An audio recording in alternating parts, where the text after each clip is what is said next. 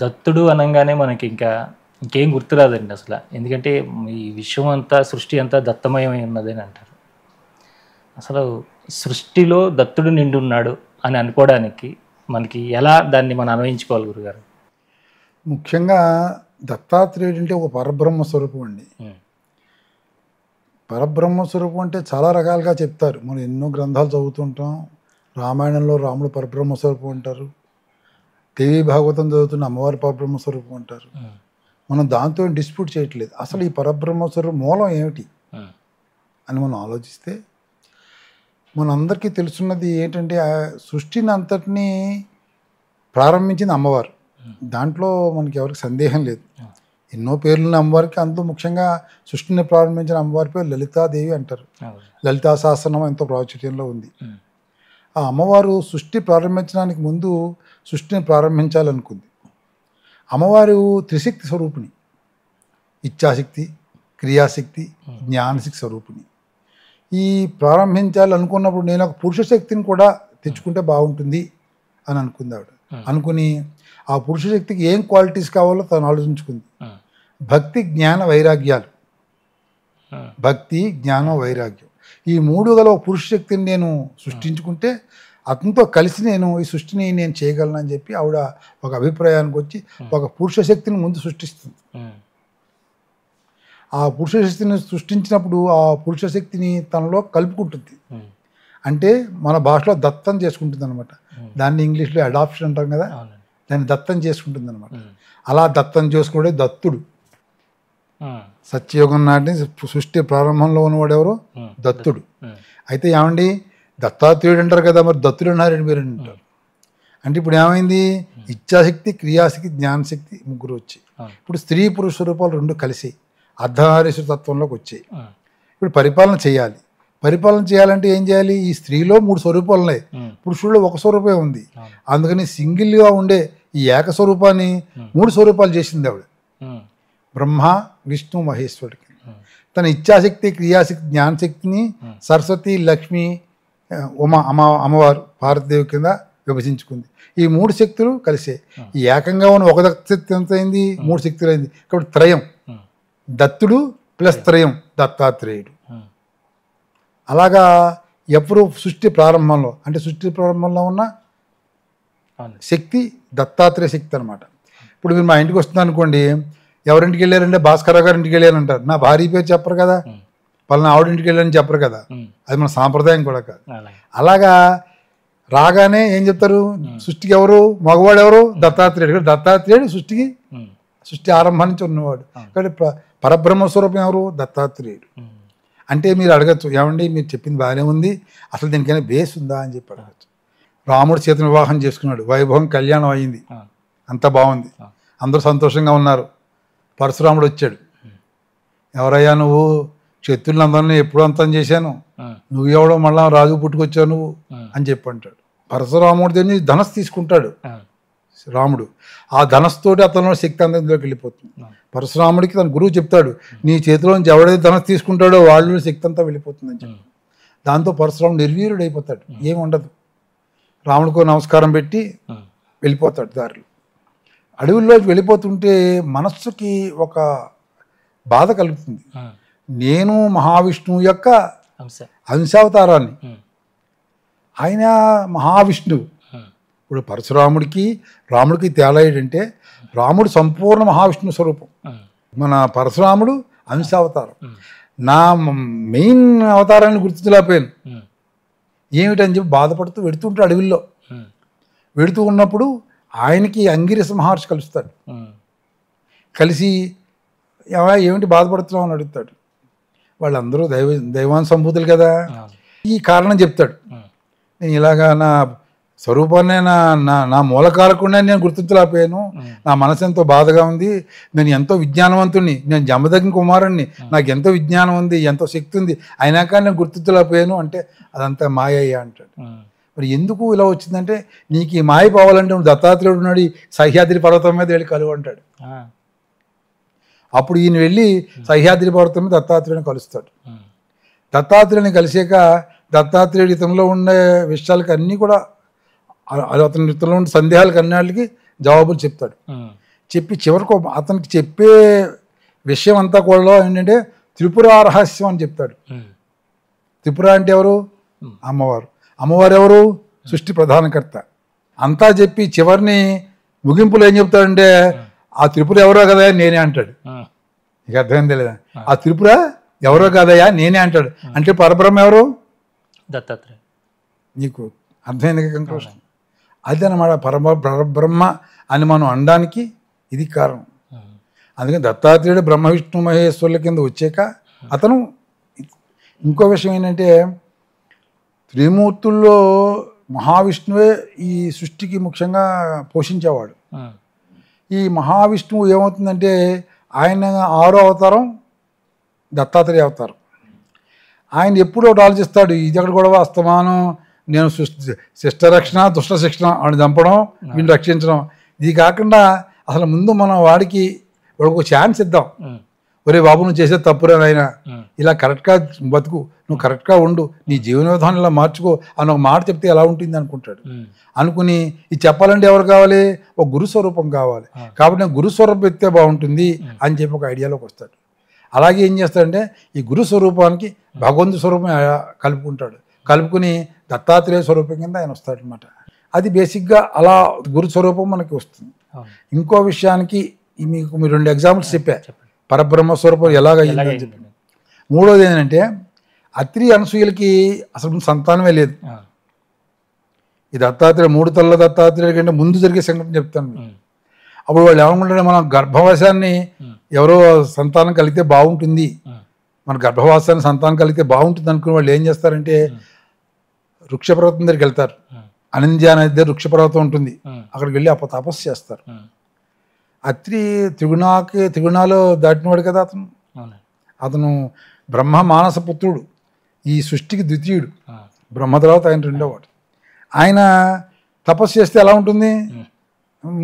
లోకాలు తలడిల్లిపోతుంటాయి అనమాట. తలడిల్లిపోతుంటే జనాలందరూ గొప్ప పరిగెట్టుకెళ్ళి అవతలందరూ బ్రహ్మ విష్ణు మహేశ్వరుల దగ్గరికి వెళ్ళి ఏమండి ఇది అత్రి మహాముని గొప్పగా తపస్సు చేస్తున్నాడు, లోకాలు తలడిల్లిపోతున్నాయి, కాలిపోతున్నాయి, మంటలు వచ్చేస్తున్నాయి, మరి మీరు ఏమైనా దీన్ని మార్గం కలగజేయండి అంటే బ్రహ్మ విష్ణు మహేశ్వరులు ముగ్గురు అతని దగ్గరికి వెళ్తారు. వెళ్ళి అత్రి ఏం కావాలి నీకు, తపస్సు చేస్తున్నామంటారు. అప్పుడు అత్రి నవ్వుతాడు, ఏమయ్యా నేను ఓం పరబ్రహ్మాయ నమః అని నేను తపస్సు చేస్తున్నాను, మీరు ముగ్గురు వచ్చారేంటి? నేను మిమ్మల్ని తపస్సు చేయలేదు, పిల్లలను పెరగడానికి ఎందుకు వచ్చారు మీరు అడుగుతాడు. నా యొక్క కోరికంతా పరబ్రహ్మ స్వరూపం గురించి, మీరు వచ్చారు ఏడో అని అడుగుతాడు. అడిగితే ఆయన పరబ్రహ్మ కావాలంటే దీంట్లో ఒక విషయం ఉంది, పరబ్రహ్మ ముగ్గురు కింద విడిపోయాడు పరిపాలనా సౌలభ్యం కోసం, పరిపాలనా సౌలభ్యం కోసం ముగ్గురు కింద విడిపోయాడు. అది మేము ముగ్గురమును, నీకు ఒక స్వరూపమే కావాలని ఇంకా నువ్వు కొంతకాలం తపస్సు అనుగ్రహిస్తే ఒకడే వస్తాడంట అనేసి ఏదో కొద్ది దేవాన్ని ఇచ్చేసి వాడు వెళ్ళిపోతారు. ఈయన ఓం పరబ్రహ్మ ఆయన మహా అని ఇంకా దీన్ని కొనసాగిస్తాడు ఆయన తపస్సు. కొంతకాలానికి ఈయనకి పరబ్రహ్మ ప్రత్యక్షం అవుతాడు. ఎవరు నువ్వు అంటే నేను పరబ్రహ్మని అంటాడు. నీ పేరు నా పేరు యోగిరాజు అంటాడు.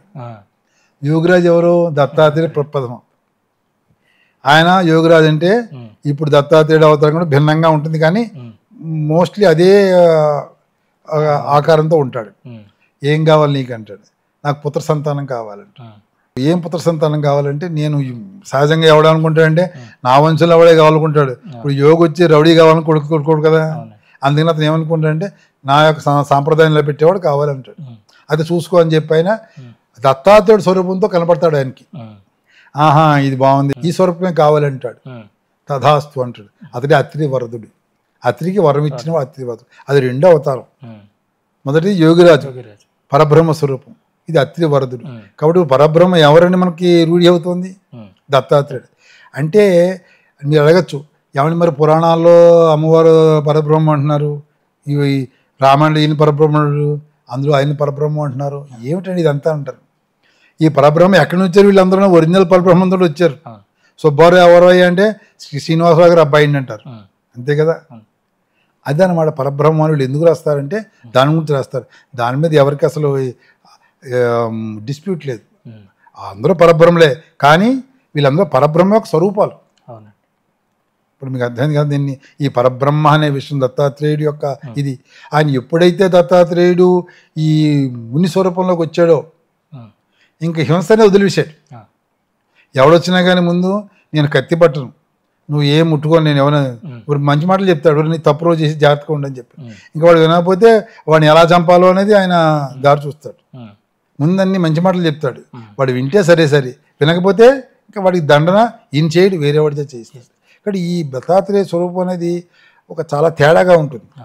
ఇప్పుడు ఈ పూజలు చేస్తాం మనందరం, రాముని పూజిస్తాం, కృష్ణుని పూజిస్తాం, మనం ఏదో కోరుకుంటాం, సహజంగా మానవుడిని ఏదో కోరుకుంటాడు కదా, వాడి కష్టాలు తీర్చమని.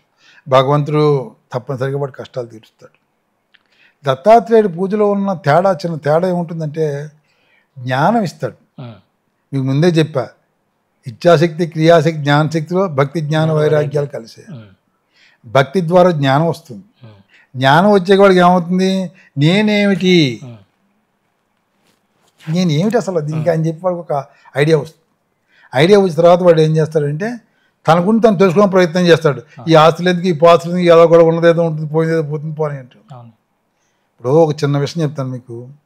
అలర్కుడు అని రాజు ఉంటాడు, అతను రాజ్యం పోతుంది. అతను రాజ్యం పోయి దత్తాత్రేయుడికి ఎడతాడు. దత్తాత్రేయ, అయ్యా నా రాజ్యం పోయిందని అంటే, నీకు రాజ్యం లేదనుకోవయ్యా, నీకు రాజ్యం లేదని కూడా నీకు దుఃఖమే లేదు కదా అంటే మనిషి కోరిక లేకపోతే దుఃఖం లేదు. నాకు ఒక 1000 కోట్ల రూపాయలు సంపాదించి అనుకోకపోతే నాకు దుఃఖమే లేదు. కావాలని కూడా పరిగెడుతూ ఉండకూడదు. దాన్ని బట్టి ఎలా సంపాదించి, తప్పు పని చేసి సంపాదించాలా, మంచి పని చేసి సంపాదించాలా, ఎలా సంపాదించాలి, నాకు ఉన్నది భగవంతుడు ఇచ్చింది చాలు, నా జీవితం తర్వాత ఎలా గడుస్తుంది అనే విషయాన్ని తెలుసుకుంటే నాకు సంతోషం. అలా అందుకని కోరికను చెప్పుకోమంటాడు. కొంతకాలానికి అతని మీద దండెత్తిన రాజు వచ్చి నీ రాజ్యం నీకు ఇచ్చేస్తాను తీసుకోబోయే అంటాడు. నాకు వద్దంటాడు. నాకు వద్దు, నాకు అసలు రాజ్యం మీద నాకు ఏమాత్రం ఆసక్తి లేదు అని చెప్పాడు. అలా కాదు, నువ్వు రాజు కదా అంటే నా కొడుకుని చేసుకోమని, రాజ్యం నాకు వద్దంటాడు. అంతే అడవులకు వెళ్ళిపోతాడు.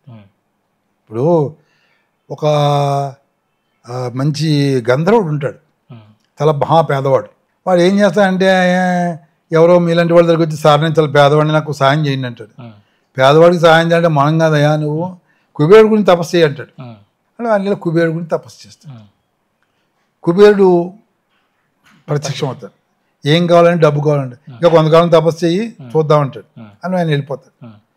తర్వాత కొంతకాలానికి ఈయన ఏం చేస్తాడంటే, ఈ కుబేరుడు ప్రత్యక్షం అవ్వట్లేదని చెప్పని ఆ పక్కనే ఉన్న ఒక ఆశ్రమానికి వెళ్తాడు. ఆశ్రమంలో ఒక మహానుభావుడు, ఒక ఋషి ఎవరో ఉంటారు. ఇతనికి జ్ఞానం నేర్పిస్తాడు. జ్ఞానం అంటే ఇది, వ్యవహారం అంటే ఇది అని చెప్తాడు. జ్ఞానం బాగా సంపాదిస్తాడు.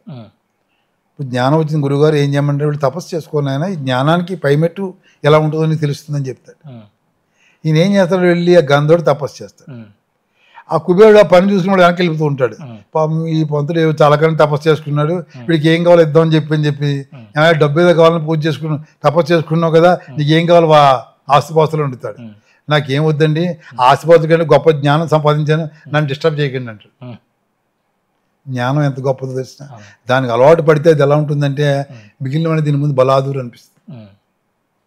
అందుకని దత్తాత్రేయుడు వరవడి అంతా చాలా ఇదిగా ఉంటుంది అనమాట. దత్తాత్రేయుని పూజ్యం స్టార్ట్ చేసావంటే అసలు నువ్వు ఏమిటి, నేను ఎలా ఉండాలి ఇక్కడ అంటే, ఇప్పుడు వైరాగ్యం అంటే అడవులకు పోయి తపస్సు ఎక్కలే. పూర్వకాలం రాజుల్ని వానప్రస్థానం ఎందుకు వెళ్ళేవారంటే, వాడు ఊళ్ళో కూర్చుని రాజు వాడు నష్టం చంపుతాడు, నాకు అది లేదు జనం అని చెప్పి ఈ తలకాని పక్క లేకుండా కొడుక్కి వాడికి రాజ్యం అప్పగించి వాడు అడవికి పోయేవాడు. ఇప్పుడు ఈరోజు మోడర్న్ డేస్లో అవన్నీ కుదరవు. కాబట్టి వాడు ఏంటంటే ఇంట్లోనే కూర్చుని వదులుకోవాలి, ఇంకా పరిగెడదాం, లెటర్ అయిపోయాం, ఆయన ఇంకొంచెం ఉద్యోగం చేద్దాం, ఇంకా డబ్బులు సంపాదిద్దాం. మనిషి అనేవాడు 2 విధాలు, ఒకటి ఫుల్ మ్యాన్, 2 సక్సెస్ఫుల్ మ్యాన్. మనిషి 2 విధాలు, 2 విధాలు, full man, successful man. Full man అంటే సంపూర్ణం, సక్సెస్ఫుల్ మ్యాన్ అంటే అసంపూర్ణ సామాన్యం కాదు, అంటే విజయవంతమైన మనిషి. అంటే వాడు ఏంటంటే పెద్దవాడు అవుతాడు, పెళ్లి చేసుకుంటాడు, పిల్లల్ని అంటాడు, వాళ్ళకి ఏదో చదువు చెప్పిస్తాడు, వాడు ఉద్యోగాలు చేస్తాడు, పెళ్లి చేస్తాడు, వాడు దారి వెళ్ళిపోతారు, వాడు సక్సెస్ఫుల్ మ్యాన్. ఫుల్ మ్యాన్ ఎవడు, ఆ సక్సెస్ దాటి ముందుకు వెళ్ళి కొంత ముందు నుంచి అలవాటు చేసుకుని భగవద్ ఆరాధన చేసి, భగవంతుడు ఎలా ఉంటాడు, ఈ పైన జీవితం ఎలా ఉంటుంది, నేను జీవితాన్ని ఎలా గడపాలి, నా రాబోయే జన్మలో నేను ఎలా ఉండాలంటే. ఇప్పుడు జన్మరాహిత్యం అనేది ఎవరికి ఉండదు, జన్మరాహిత్యం అనేది ఎప్పుడు ఉండదు ఎవరికి, ఉన్నా కానీ బహు కొద్ది కాలం ఉంటుంది. నువ్వు మంచి పూజలు అవి చేసుకున్నావంటే ఉత్తమమైన జీవితం దొరుకుతుంది రాబోయే జన్మలో. ఇప్పుడు శ్రీపాద శివలో అప్పుడు ఏం చెప్తాడంటే, ధర్మం వేరు ధర్మ సూక్ష్మం వేరు అంటారు. అంటే ఏమిటి డిఫరెన్స్ రెండు వాటికి ఉంటే తేడా ఏమిటి? ఇప్పుడు రాముడు ఉన్నాడు, అడవులకు వెళ్ళాడు, వాళ్ళని చంపాడు. వాళ్ళు చనిపోయే ముందు అడుగుతాడు, ఏమడుగుతాడు? అయ్యా నన్ను ఎందుకు చంపావని అడుగుతాడు. అని ఏదో కారణాలు చెప్తాడు, నేను రాజును కాబట్టి ఏదో వేటకు వచ్చి వన్యమృగాల్ని చంపానంటాడు. ఇంకోటి నువ్వు తమ్ముడు భార్యను నువ్వు చెరపెట్టావు కాబట్టి రాజుగారిని నేను చంపానంట. ఇలా ఆయన ఆయన ఎనాలజీ ఆయన చెప్తాడు, మేము ఆయన వెర్షన్. ఎందుకంటే మీరు టీవీల్లో వాటిలో చూస్తుంటారు, చాలామంది గురువు గారు అందరూ ప్రచారం తమ ప్రవచనంలో చెప్తుంటారు. అయితే అది ధర్మం, రాముడు చెప్పింది ధర్మం. అదే ధర్మం అయి ఉండి అదే కరెక్ట్ అయి ఉంటే కృష్ణావతారంలో బోయేవాడు కృష్ణుని చంపుతాడు. అప్పుడు కృష్ణుడు బోయేవాడికి ఎందుకు చెప్తాడు? రామావతారంలో పొరపాటు జరిగింది కాబట్టి నువ్వు ఇప్పుడు ఈ కార్యక్రమంలో నన్ను చంపావు నువ్వు, కాబట్టి నీకు మోక్షం ఇస్తాను. వాడికి మోక్షం ఇస్తాడు. వాడు పశ్చాత్తాపడతాడు, అయ్యా నేను లేడు అనుకుని చంపానండి, పొరపాటు చేయండి క్షమించండి అని దండం పెడతాడు.